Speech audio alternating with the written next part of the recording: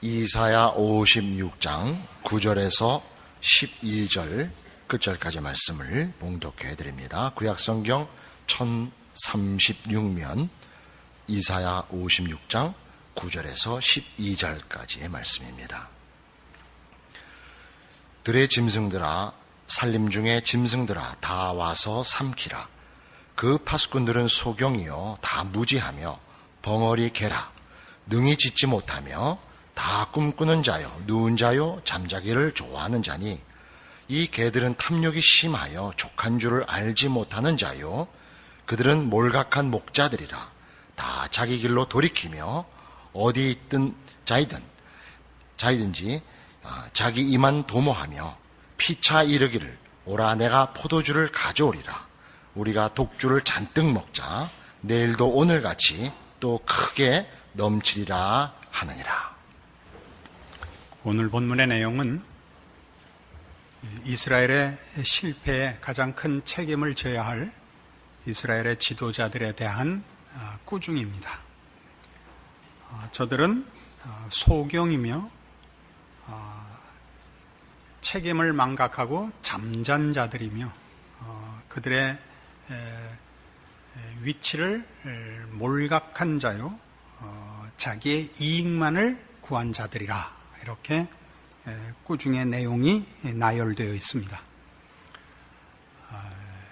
이런 일들은 물론 저들이 가진 바 사명에 해당하는 일에 어떤 책임과 능력의 부족, 이해의 부족 또는 윤리적, 도덕적 차원에서의 잘못들을 지적하고 있는 것이 사실이지만 보다 본질적으로는 성경이 말하는 지도자의 가장 중요한 책임을 묻고 있습니다. 이 내용을 추적해 보면 우리는 말하자면 하나님께서 그의 백성을 어떻게 인도하시며 지도자를 세워 무엇을 맡기고 계시는지 그 맡긴 것의 핵심이 무엇인지로 인한 우리 신앙에 대한 이해가 도움을 받을 것이라 생각이 됩니다.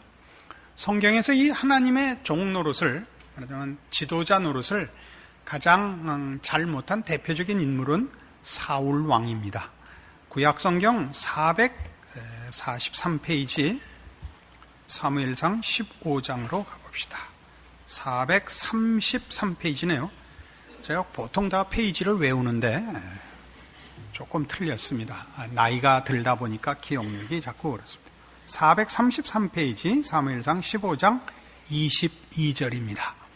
이 내용의 배경은 이제 사울이 이스라엘의 첫 번째 왕이 되어서 하나님의 명령을 따라 아말렉을 진멸하도록 보냄을 받았는데 그 전리품을 남겨와서 하나님의 꾸중을 사무엘을 통하여 받는 장면입니다. 22절 사무엘이 가로되 여호와께서 번제와 다른 제사를 그 목소리 순종하는 것을 좋아하심같이 좋아하시겠나이까. 순종이 제사보다 낫고 듣는 것이 수양의 기름보다 나으니 이는 거역하는 것은 사술의 죄와 같고 완고한 것은 사신 우상에게 절하는 죄와 같음이라. 왕이 여호와의 말씀을 버렸으므로 여호와께서도 왕을 버려 왕이 되지 못하게 하셨나이다. 순종이 제사보다 낫다라고 하는 이 꾸중 속에 말하자면 이스라엘의 왕된 책임의 본질이 드러나 있습니다. 이스라엘의 왕은 이스라엘이라는 나라의 특수성과 같이 신정국가의 말하자면 신정, 하나님의 통치의 손길인 것입니다. 이 이스라엘의 왕이 되는 것은 권력도 명예도 아니고 하나님께서 그의 백성을 간섭하시는 손길로서 그 지위가 있는 것이기 때문에 순종이 무엇보다도 중요합니다. 제사보다 낫다고 되어 있죠. 그러니까 하나님을 향하여 어떤 정성과 진심을 갖고 있냐보다 더 우선하는 것이 하나님의 뜻과 일하심의 손길이어야 되기 때문에 그는 하나님의 의도와 뜻대로 움직여지는 존재여야 하는 것입니다.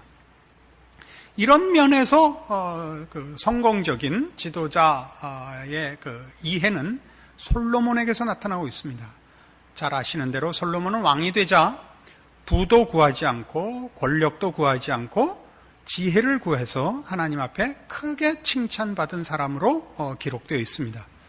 그가 원한 지혜는 뭐냐 하면 하나님의 백성 앞에서 출입하는 자라는 하나님의 종된 자기의 책임을 이해한 것이었습니다. 그가 하는 언행은, 그가 하는 결정은, 그가 하는 일은 다 하나님의 통치를 구현하며 또 나타내는 것이기 때문에 하나님의 뜻과 일하심에 본인이 방해가 되거나 무지하거나 실패할까봐 구한 내용이 지혜로 되어 있는 것입니다. 다른 사람보다 똑똑하고 난제를 푸는 능력 따위를 얘기하는 것이 아닌 것입니다.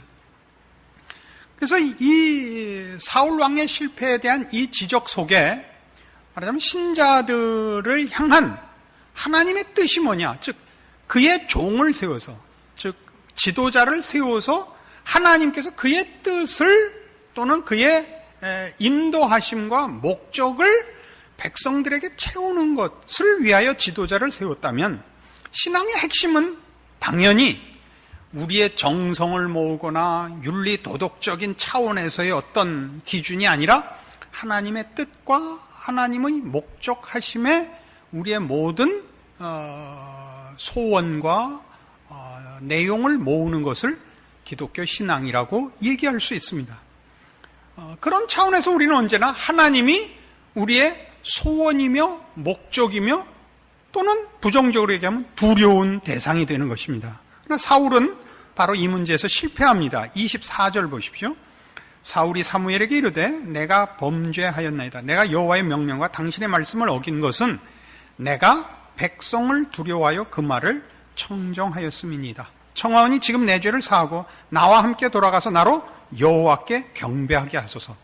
이 두 구절 속에 사울이 무엇에서 실패했는가가 확연하게 드러납니다. 그는 백성을 두려워했고 하나님을 두려워하지 않았으며 하나님을 섬기는 종교적인 행위나 명분이 다 백성들 앞에서의 자기 지위를 확보하는 수단에 불과했던 것입니다. 우리는 이 문제를 사실 좀 심각하게 생각해야 합니다.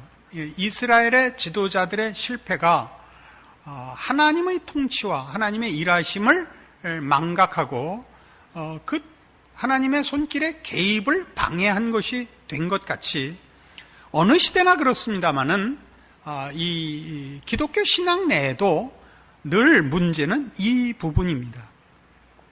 오늘날 우리가 살고 있는 이 시대에도 현실적으로 큰 교회도 있고 유명한 목사님, 이름난 교회들이 있습니다마는 원래 신앙적 차원에서의 평가는 성공이라든가 능력이라는 단어를 쓰지 않는 법입니다.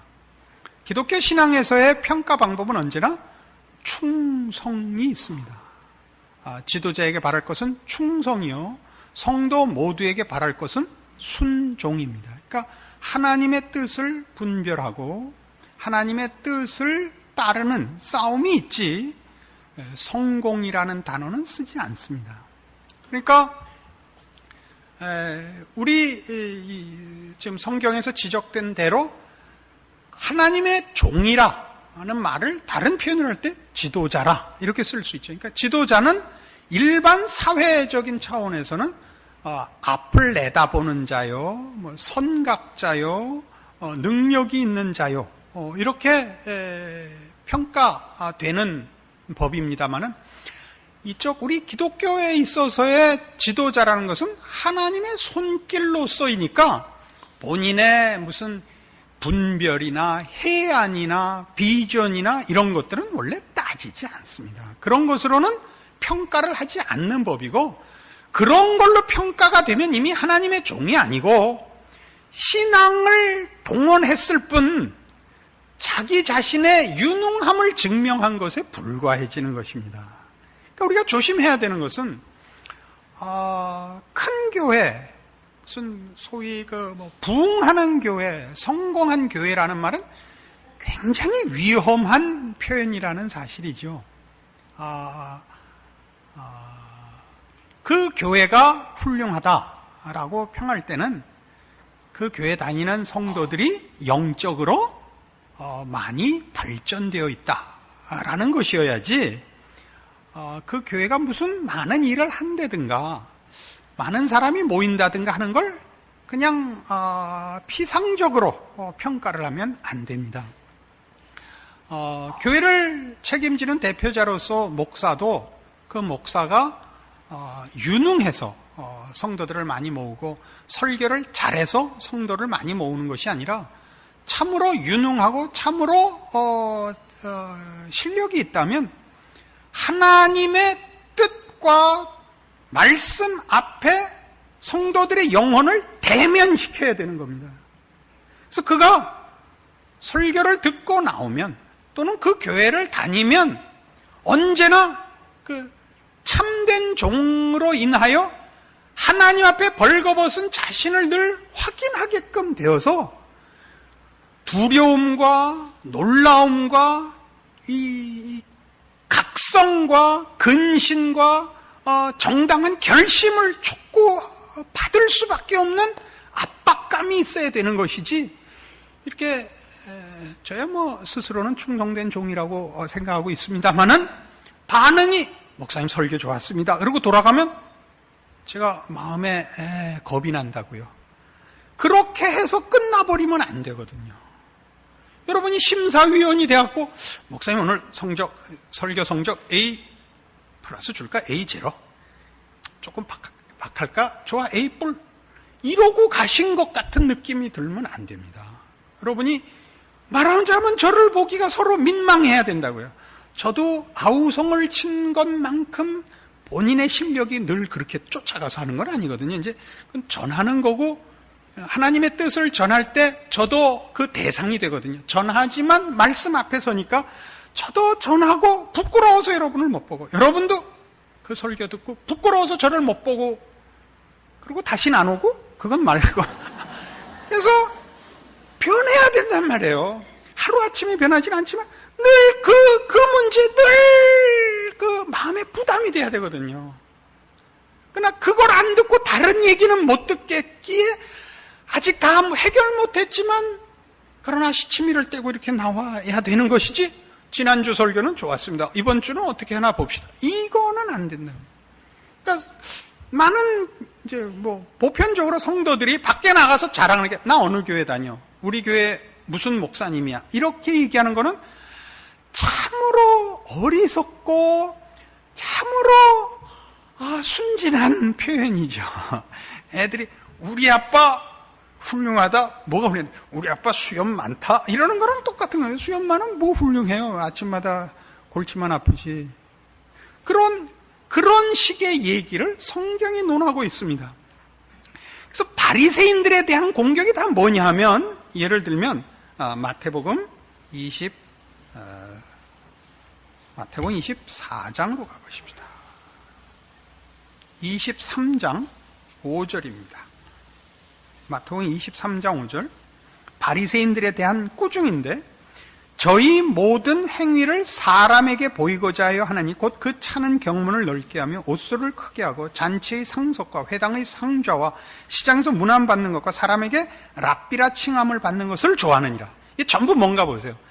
신앙을 동원해서 자기가 다른 사람보다 어떻게 다른가를 확인받고 있지, 하나님의 손길, 하나님의 말씀을 전하고 있지 않다고요. 그래서 이들이 받은 대표적인 꾸중이 뭐죠? 천국문을 막고 자기도 안 들어가고 남도 못 들어가게 한다가 됐죠. 남도 못 들어가게 한다. 그러니까 하나님의 종이라는 사실을 놓치고 있는 것입니다. 바로 이런 싸움에서 사도 바울은 전혀 다른 것입니다. 고린도전서 2장에 가시면 참다운 하나님의 종들을 보면 그 지도자 노릇을 이런 식으로 합니다. 신약성경 264페이지 고린도전서 2장 1절입니다. 형제들아 내가 너희에게 나아가 하나님의 증거를 전할 때 말과 지혜에 아름다운 것을 아니하였나니 내가 너희 중에서 예수 그리스도와 그의 십자가에 못 박히신 것 외에는 아무것도 알지 아니하기로 작정하였습니다. 내가 너희 가운데 거할 때 약하며 두려워하며 심히 떨었노라. 내 말과 내 전도함이 지혜의 권하는 말로 하지 아니하고 다만 성령의 나타남과 능력으로 하여 너희 믿음이 사람의 지혜에 있지 아니하고 다만 하나님의 능력에 있게 하려 하였노라. 이 고린도 교회는 여러 가지 은사가 있고 지식이 있는 수준이 있는 교회였습니다만은 몇 가지 심각한 문제가 그 교회에 있었습니다. 그 중에 하나가 분파가 있었습니다. 파가 나뉘어 있었는데 바울파도 있고 아볼로파도 있고 베드로파도 있고 하다못해 예수파도 있었습니다. 이렇게 파가 많았는데 거기에 대한 이제 그 꾸중과 그렇게 파가 생긴 것에 대한 이유를 어떻게 신앙에서 벗어났는가를 설명하기 위하여 시작한 이 말입니다. 내가 너희에게 복음을 전할 때 그것이 내가 깨우친 것, 내가 만든 것, 내 지식, 내 사상을 전한 것이 아니라 하나님이 어떻게 우리에게 구원을 베푸셨는가를 전한 것에 불과하다. 내가 만든 거 아니다. 그래서 이 복음을 전할 때 너희가 듣고 야, 이 사람은 굉장한 사상가구나. 이 사람은 굉장히 말하자면 도통한 사람이구나. 라고 나한테 시선이 집중될까 봐 내가 굉장히 걱정을 했다 이겁니다. 나중에도 이런 표현이 나옵니다. 내가 너희를 위해 십자가를 졌느냐?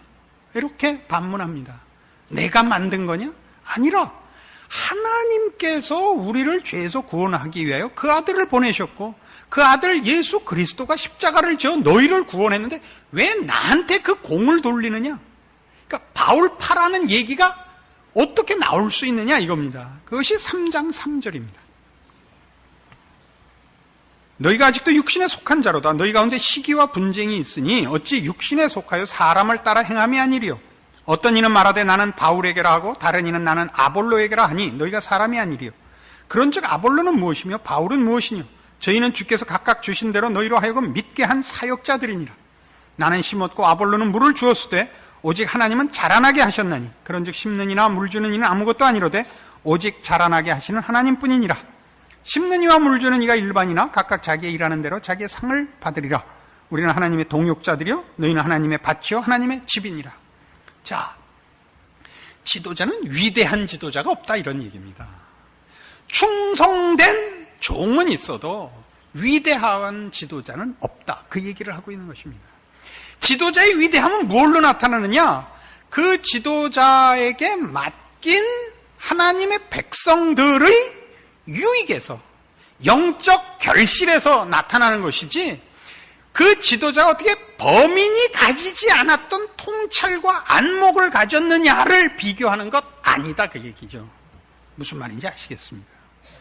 그러니까 여러분은 말하자면 목사라든가 지도자라는 데다 여러분의 책임을 떠넘기셔서는 안 됩니다. 우리 사회에서야 그렇게 얘기하죠. 우리 나라나 사회를 책임진 지도자들이 그 맡은 바 책임을 그의 능력으로, 우리와 다른 능력과 안목으로 책임져야 할 것을 우리가 촉구할 수 있습니다. 그러나 우리 기독교 신앙에서의 종이라는 것은 여러분과 다른 능력을 가져서 말하자면 하나님의 종이 되는 것이 아니라 하나님이 가장 아닌 사람을 들어서 쓰시는 겁니다. 그러니까 모세는 말하자면 하나님 손에 잡힌 막대기인 것입니다. 모세가 홍해를 향하여 그 지팽이를 들자 홍해가 갈라졌죠. 그게 마법의 지팽이입니까? 그 지팽이가 마법을 갖고 있습니까? 아니면 그 지팽이를 쓴 모세에게 있습니까? 다 아니고 하나님이 홍해를 가르고 있는 거죠. 하나님의 일에 있어서는 기독교 신앙에 있어서의 종들은 언제나 이 사실을 인식해야 됩니다. 그래서 사실은 하나님께서 쓰는 종들은 일반적으로 목사들은 세상적인 기준에서 보면 늘 그 자격이 모자랍니다. 우선 좋은 학교 출신이 없습니다. 대부분 예전에 신학교를 오는 신학생들은, 나중에 목사가 되는 신학생들은 예비고사 떨어져서 왔었습니다. 그것이 현실입니다. 하나님 왜 그런 사람을 쓰는가? 우리로부터 벌써 무엇이 생기지 않았다를 증명하기 위해서 그렇게 일하곤 하십니다. 우리는 하나님 손에 붙잡혀 있는 겁니다. 근데 이 하나님 손에 붙잡힌 지팽이가 지 마음대로 굴면 그건 불에 들어가는 겁니다. 그 주인 마음대로 움직여져야죠. 그 얘기를 하는 것입니다. 뭘 하려고 지도자를 세운다, 종을 세운다. 하나님이 그의 백성을 위하여 세운다 말이죠. 이게 뭐라고 되어 있어요? 9절. 우리는 하나님의 동역자들이에요. 여기서 말하는 동역자는 건 하나님의 일하심의 수종들은 종들이요. 우린 수단이요. 너희가 목적이라 이거죠. 너희는 하나님의 밭이요, 하나님의 집이다 이겁니다. 그러니까 여러분이 하나님의 종들에 대하여 이렇게 우러러 볼 것이 아니라 언제나 그런 거예요. 그 종이 있어서 여러분이 어때야 되는 거예요. 이거는 지도자를 평가하는 방법이면서 동시에 여러분의 신앙의 책임을 여러분에게 돌리는 얘기입니다. 하나님의 종에게 여러분의 책임을 다 넘기지 마세요. 여러분이 신앙이 나쁜 건 여러분 책임이에요. 종 책임이 아니고, 종이 잘못했으면 종을 하나님이 꾸중하시고 심판하실 것입니다. 그러나 위대한 종이 선다는 것은 언제나 그 위대함이 그 종으로 인하여 목적하는 하나님의 목적인 하나님 백성의 신앙적인 성숙과 완성과 연결되어 있는 것이지, 이 종이 훈장을 받는 문제가 아닙니다. 이것이 성경이 하고 싶은 얘기죠.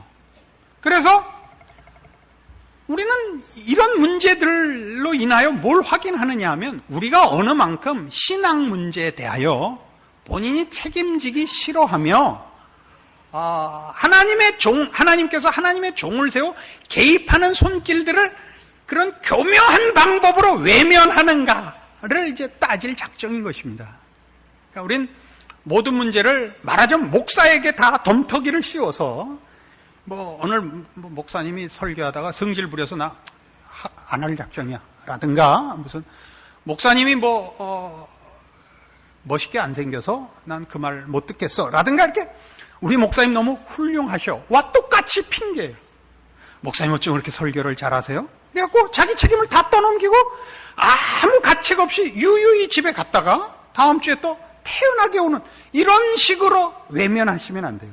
그러니까 목사님은 어떻게 그렇게 설교 잘하세요? 이거 참 많이 들었는데, 그분들의 그 칭찬과 제가 그냥 듣고 있는 게 아니라 얼마나 변하나를 지난 20년 동안 지켜봤는데 거의 안 변하고 있습니다. 이건 심각한 문제입니다. 이렇게 도망가시지 말라고요. 제가 제 책임을 하듯이 여러분은 여러분 책임을 해야 되는 것입니다. 이 문제에 대해 예수님께서 이렇게 공격을 하십니다. 마태복음 11장에 가봅시다.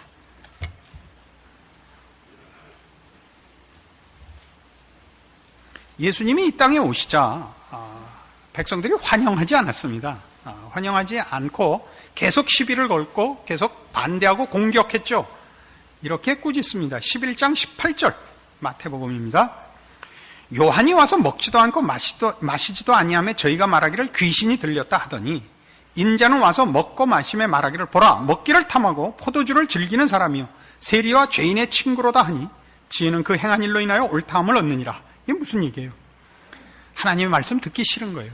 세례 요한이 뭐라 그럴까요? 이렇게 우리 식으로 하자면 가장 청렴하고 결백하고 진지하게 했더니 저건 정상이 아니다, 귀신 들렸다라고 해서 안 들었고, 예수님이 와서 모두의 얘기를 듣고 서민의 생활 속에 따라 들어가고 현실 속에 동참하자 저건 그냥 먹고 마시기에 바쁘지 무슨 고급한 사람이 아니라 해서 어차피 다 어떻게 했다고요? 안 들었단 말이죠. 어차피. 공통점은 뭐라고요? 하나님의 말씀을 듣기 싫어했다고요. 이 지금 내용을 구체적으로 밝힌 데가 있습니다. 요한복음 5장입니다.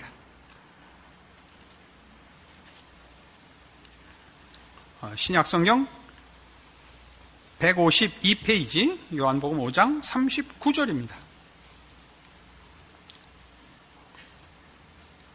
너희가 성경에서 영생을 얻는 줄 생각하고 성경을 상고하거니와 이 성경이 곧 내게 대하여 증거하는 것이로다. 그러나 너희가 영생을 얻기 위하여 내게 오기를 원하지 아니하는도다. 나는 사람에게 영광을 취하지 아니하노라. 다만 하나님을 사랑하는 것이 너희 속에 없음을 알았노라. 나는 내 아버지의 이름으로 왔으면 너희가 영접지 아니하나 만일 다른 사람이 자기 이름으로 오면 영접하리라. 너희가 서로 영광을 취하고 유일하신 하나님께로부터 오는 영광은 구하지 아니하니 어찌 나를 믿을 수 있느냐. 자, 예수님께서 오셔서 우리 죄인된 인간들의 현실을 지적한 것 중에 이거보다 더 분명한 지적은 없습니다.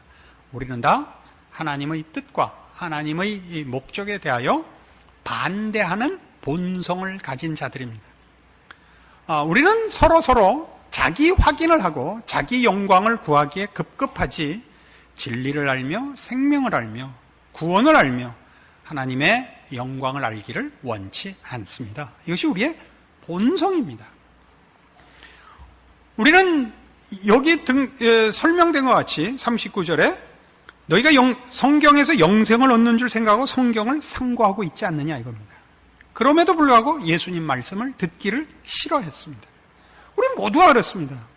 여러분들이 교회에 오셔서 듣기 원하는 게 뭡니까? 하나님의 말씀이라고 합니다. 그렇게 고백합니다. 하나님의 말씀을 들으면 여러분 고치십니까? 그 말씀이 달게 들리십니까? 달지 않습니다. 성경은 또는 기독교 신앙은 우리가 제일 싫은 거 하라 그럽니다. 제일 싫은 거 하라 그럽니다. 성경은 우리가 속한 무슨 국가나 시대나 환경에 대하여 약속하는 것이 없고 여러분 자신에 대해서만 집요하게 추적을 합니다. 여러분은 여러분이 사는 이 나라와 이 시대와 무슨 여러분이 속한 교회에 대해서까지라도 불평을 하실 수 있고 걱정을 하실 수 있습니다. 그러나 성경이 말하는 바 신앙의 핵심은 여러분 자신을 걱정하려는 것이죠. 여러분이 하나님의 사람으로 맞게 살고 있는가? 이 나라가 앞으로 어떻게 될 것이냐? 경제는 어떻게 될 것이냐? 우리 애들의 장래는 이 나라에 정말 맡겨도 좋으냐? 이 나라에 계속 살게 할 것이냐? 아니면 딴 데로 보낼 것이냐? 그런 고민보다 우선하며 비교할 수 없이 중요한 게 뭐냐? 나는 이대로 살아도 되느냐? 내 인생과 내 삶의 본질이 이래도 되느냐? 어디를 얼만큼 어떻게 고쳐야 하느냐? 라는 씨름을, 걱정을, 연습을, 확인을 늘 하셔야 됩니다. 그 일주일간의 그 고민과 싸움과 연습을 하시고 또 다음 주일을 맞이하셔야 되는 겁니다. 우리 그렇게 안 합니다. 아까도 얘기했죠. 떠넘긴다니까요. 여러분이 반응하시고 여러분이 잊으셔서는 안 되는 내용을 전부 목사에게 떠넘기고 단 한마디로 목사님 설교 잘하시는데요 하고 너무나 떳떳이 집에 갔다가 아무 생각 없이, 그러나 아무 생각이 없다는 것을 아무 생각이 없지는 않다는 것을 증명하기 위하여 이 나라가 이러면 안 된다. 이게 교육이 이래서 되겠느냐. 이따우 소리나 일주일 동안 하다가 다음 주일날 너무도 태연하게 들어오셔서 또 시험관으로 앉으셔서 오늘은 우리 목사님이 몇 점짜리 설교를 하는가 채점. 오늘은 별론데요. 그러고 가요? 죽을래?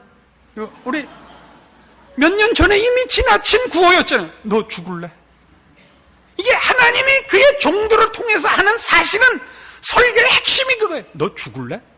그따위로 살래? 너 안 고칠래? 다음 주에 발톱을 세우고 와서. 다음 주는 일반 성도들에 관한 성경의 꾸중이에요. 오늘은 지도자용이니까 좀 낫죠. 숨 쉴 때. 다음 주는 숨도 못 쉴 거예요. 가스 마스크를 하고 오세요.